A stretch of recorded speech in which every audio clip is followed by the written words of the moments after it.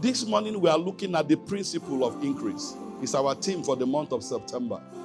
Principles of increase. There's increase in God. As a matter of fact, God designed man for increase. In Genesis 1:28, he said, and God blessed them. And God blessed them and said to them, be fruitful and multiply. That is a command to increase, given by the Almighty God who doesn't lie. That is why you are not comfortable being small. Because your manufacturer wired something into you with the capacity for you to increase. Living a small life is living below your potential.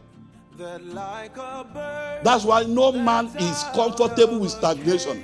I said it in the first service as age. I said age without change is frustration. Age without change is frustration. Age should be accompanied with measurable level of increase. With a certain level of testimonies of productivity, of effectiveness. God's plan is to bring increase and multiplication into your life. And he has set principles in place. The Bible is a book of principles. And principles makes life predictable. Because your direction determines your destination. All things being equal. And also permit me to digress a little.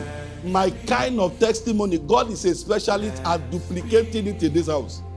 I shared the testimony of one of us in the first service, who just a few months ago, maybe was doing some jobs around where they pay him 30K, 25,000 and all of that. And then he said he was led to send me recharge card for 1 week. And then he was sending me recharge card of 100 naira every day for 5 days. I struggle to even load it because I don't even know the code. Because I buy my card straight from the bank or the app on my phone. So when he sent them, I will struggle to go. I will now go to Google to find the code for MTN to now be able to load and all of that. Just a few months back. That person last week was given a contract of 3.2 million.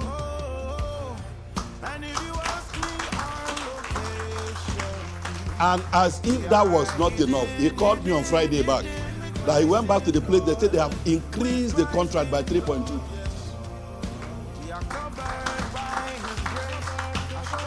Hallelujah.